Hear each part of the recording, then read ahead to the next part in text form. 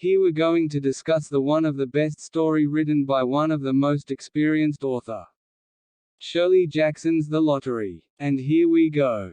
The villagers of a small town gather together in the square on June 27, a beautiful day, for the town lottery.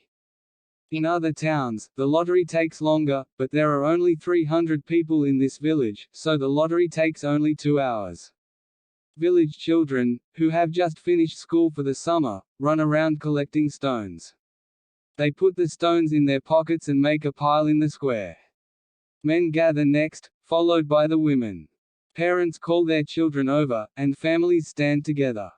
Mr. Summers runs the lottery because he has a lot of time to do things for the village.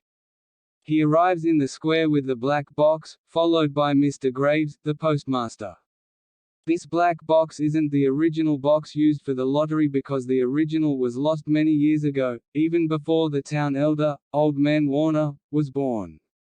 Mr. Summers always suggests that they make a new box because the current one is shabby, but no one wants to fool around with tradition. Mr. Summers did, however, convince the villagers to replace the traditional wood chips with slips of paper. Mr. Summers mixes up the slips of paper in the box. He and Mr. Graves made the papers the night before and then locked up the box at Mr. Summers's coal company.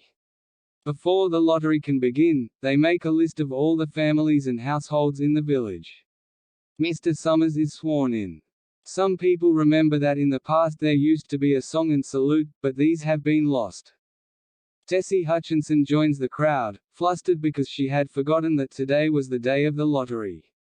She joins her husband and children at the front of the crowd, and people joke about her late arrival.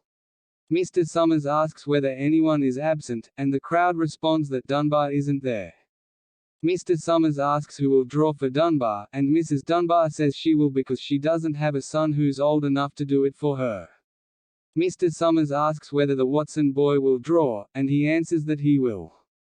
Mr. Summers then asks to make sure that Old Man Warner is there too. Mr. Summers reminds everyone about the lottery's rules. He'll read names, and the family heads come up and draw a slip of paper. No one should look at the paper until everyone has drawn. He calls all the names, greeting each person as they come up to draw a paper. Mr. Adams tells Old Man Warner that people in the North Village might stop the lottery, and Old Man Warner ridicules young people. He says that giving up the lottery could lead to a return to living in caves. Mrs. Adams says the lottery has already been given up in other villages, and Old Man Warner says that's nothing but trouble. Mr. Summers finishes calling names, and everyone opens his or her papers. Word quickly gets around that Bill Hutchinson has got it. Tessie argues that it wasn't fair because Bill didn't have enough time to select a paper.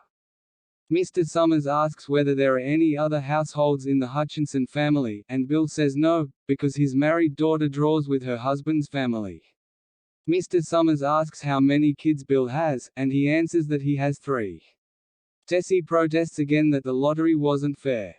Mr. Graves dumps the papers out of the box onto the ground and then puts 5 papers in for the Hutchinsons. As Mr. Summers calls their names, each member of the family comes up and draws a paper. When they open their slips, they find that Tessie has drawn the paper with the black dot on it.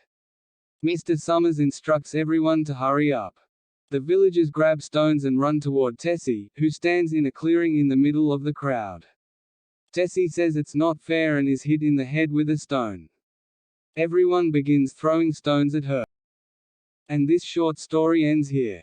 The author wants to give us a moral about that tradition should be changed. Because time changes. If you like this story, then like the video too. Thanks.